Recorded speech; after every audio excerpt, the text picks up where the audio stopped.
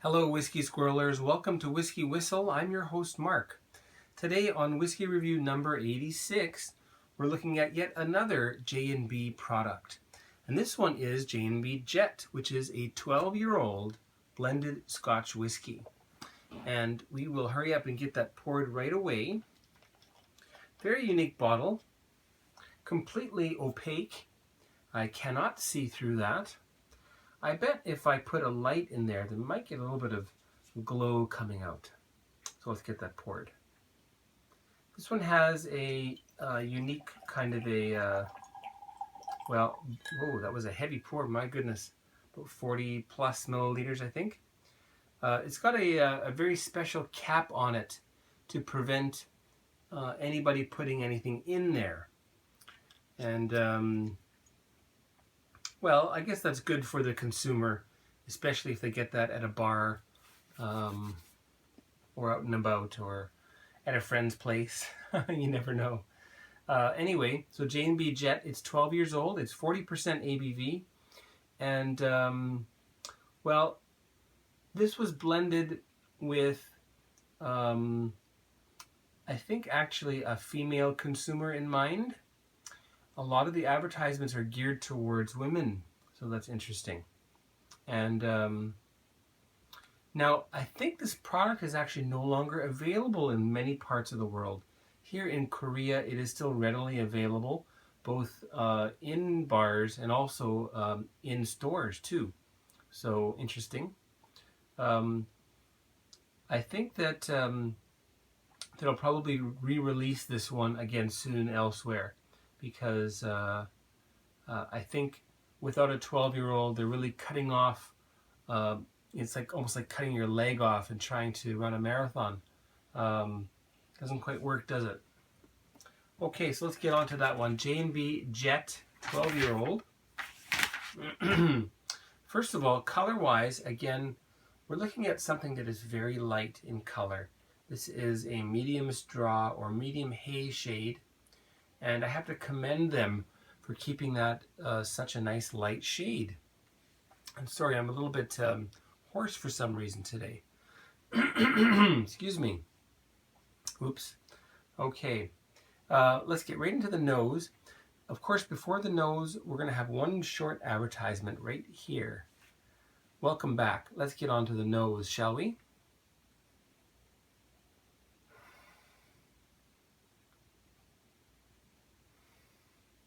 Well, it's certainly softer.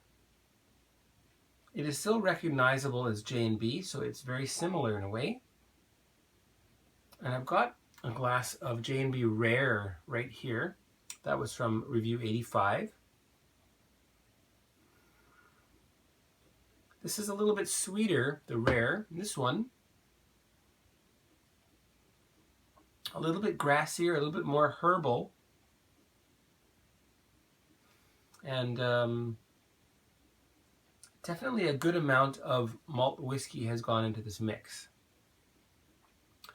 I'm going to throw it out there that I think that this one actually has quite a bit of Clynelish in it. Excuse me. That's my feeling here. From the smell and the taste, it really does remind me quite a lot of Clynelish, 14-year-old. Okay.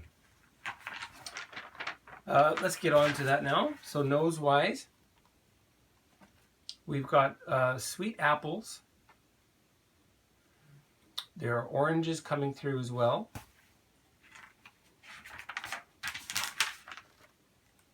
It's much softer than the Rare. It's a little bit perfumey. So there's something almost florally coming through there as well. And I've written here that it's too soft. But give it some time and you may find that, it comes out a little bit. And very light peat, not very much at all. And Clynelish is definitely present.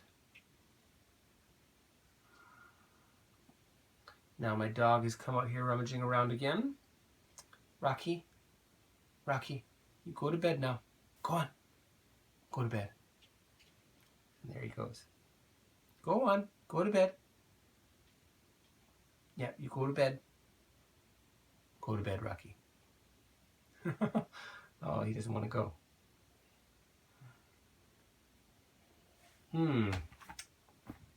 Rocky, come. Okay, here he comes. He does not want to go to bed. So we'll keep him here for a minute. He'll be my companion. Okay, Rocky, we're smelling a little bit of J&B Jet. Do you want to give it a whiff? How is that? Is that good? No? Some whiskeys he likes, and he'll come back to. Now, I do like this nose. I do like Clynelish, and I think there's a lot of Clynelish in here, so I'm saying this is nice. It is a little bit soft, but given the fact that I really don't get that grain rush or a spirit rush or an alcohol rush right off the bat, I think a lot of people can really enjoy that. Okay, time to get on to the taste.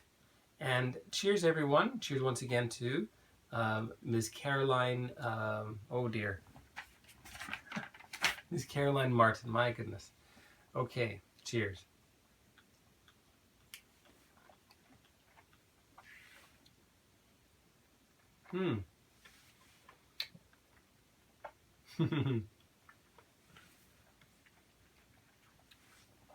It really is full of Clynelish, I would say. If you know what's in there, please let me know. But that is what my tongue is telling me. And I could be wrong. Now, I've written here, there's a mild sweetness. It's buttery. And it gets very nicely sour and dry. There's a lot of earthiness. There's herbal notes in there as well. The longer you keep that in your mouth,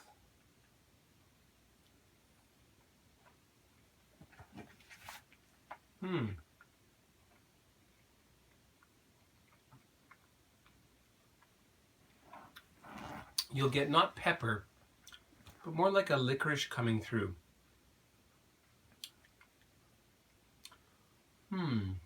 Very nice. I've written here it's malty, it's smooth and silky. It's lacking a little bit of depth. Okay, here you go. Be quiet though, okay. Finish-wise,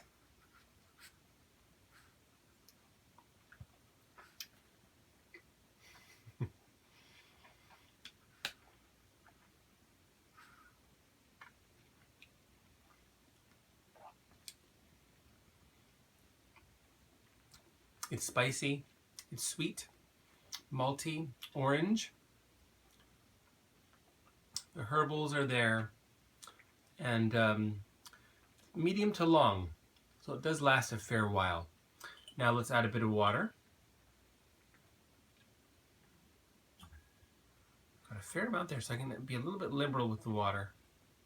There. And we will let that mix and meld. Apparently, going slow or fast when you mix the water in may not make much of a difference at all. Hello, fruit fly. Now, I think Rocky's a little bit noisy, so I'm going to send him on his way. Hopefully that'll work. Rocky, come. Okay, you go to bed now. Go on, go to bed. Go to bed.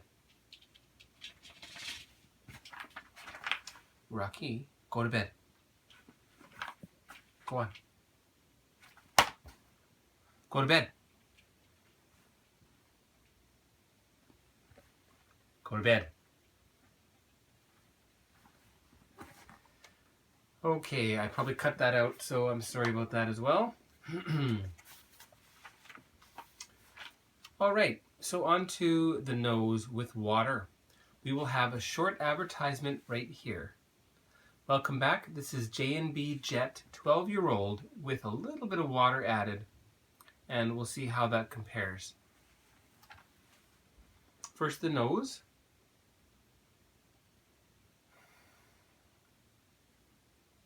Well, there's a lot of earthiness coming through there, and still quite herbal. A sweet maltiness too. What did I write here? Soft orange and sherbety is what I wrote. Okay. Well, I think I like the nose better without water, but it is certainly nice to see the change.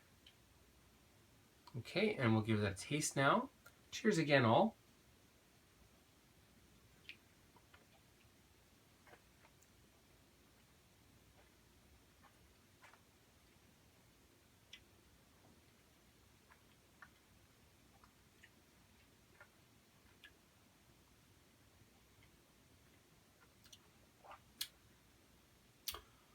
Well, this is very, very malty.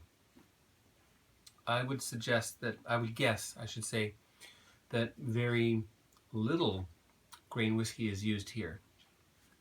And don't forget, even the grain whiskey in a blended Scotch whiskey must be aged exactly as it's stated on the label or more. So even the grain whiskey is 12 years old. They probably put those in very nice casks. That way it'll add a lot of vanillas and other sorts of good flavors to the whiskey. It would be a shame if they put them into spent casks that really have no activity left. And then you basically just have a filler that doesn't really do much to the whiskey itself. But in this case, I'm not really tasting much in the way of grain whiskey.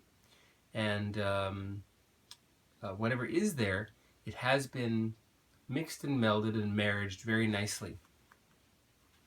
For the taste, I wrote here, it's got a great sweet-sour balance, a little bit more dryness, and vanilla and licorice are present. We'll try that one more time.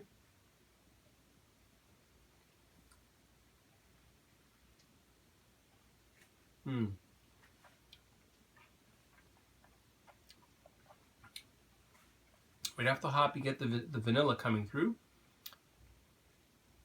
And in the end, you get the licorice flavors, which is nice. And the finish with water, licorice root.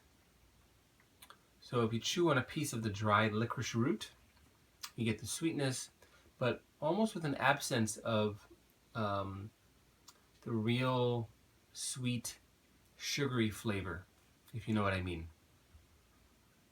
Anyway, so licorice root, and that lasts and lasts, which is interesting, I think. Let me give that one more try. Taste that. So smell it one more time too. Sweet, earthy, herbal, Klein-Lishy.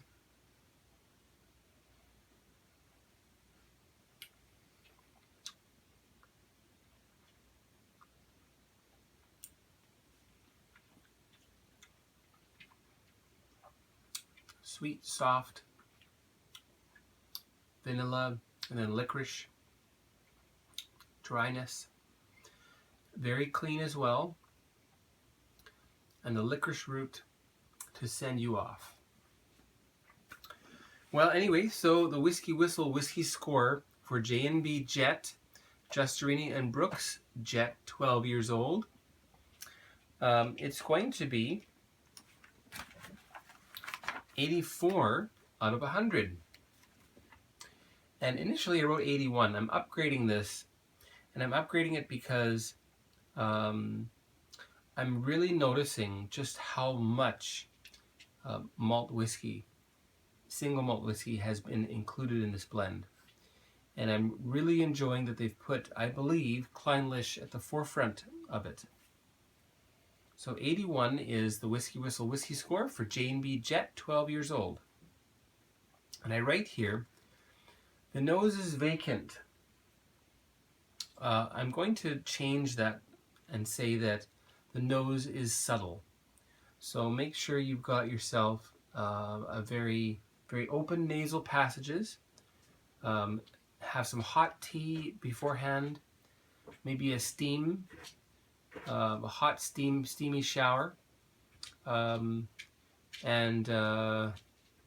warm yourself up with a little bit of J&B Rare first, and then try the J&B Jet. And pour a fair amount in the glass, and I think that you will love the complexity that ensues. Boy, it's a nocturnal night. It is presently 12:45 a.m. In Seoul, South Korea, and my dog is not sleeping.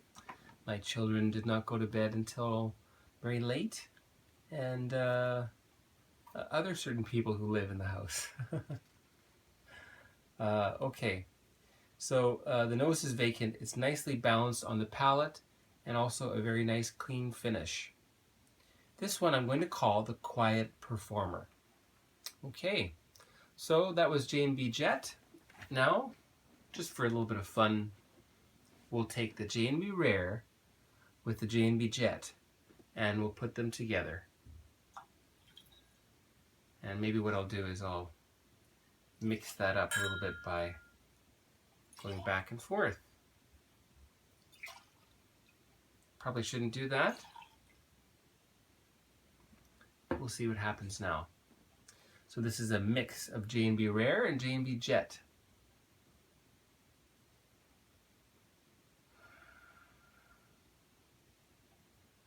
Well, I like the complex nose better than the nose of either. If I were to choose a nose that I like best, I like the nose on the J&B Rare better than the J&B Jet. But now you're getting the complexity coming through. It's not so one-dimensional.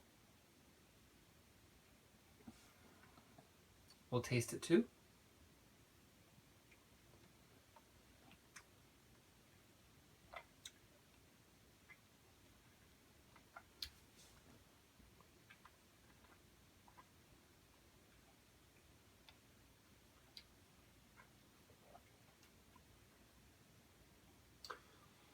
The J&B Rare still overpowers there. Probably I should have put 2/3 and 1/3 or so, or 1 part and 2 parts.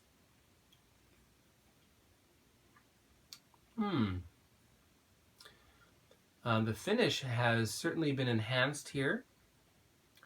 The palate also a bit of an upgrade from the J&B Rare, but a slight downgrade from J&B Jet. So proportion-wise, I'd have to get that maybe do it 1 part Rare to 2 parts Jet, and we might have something interesting here.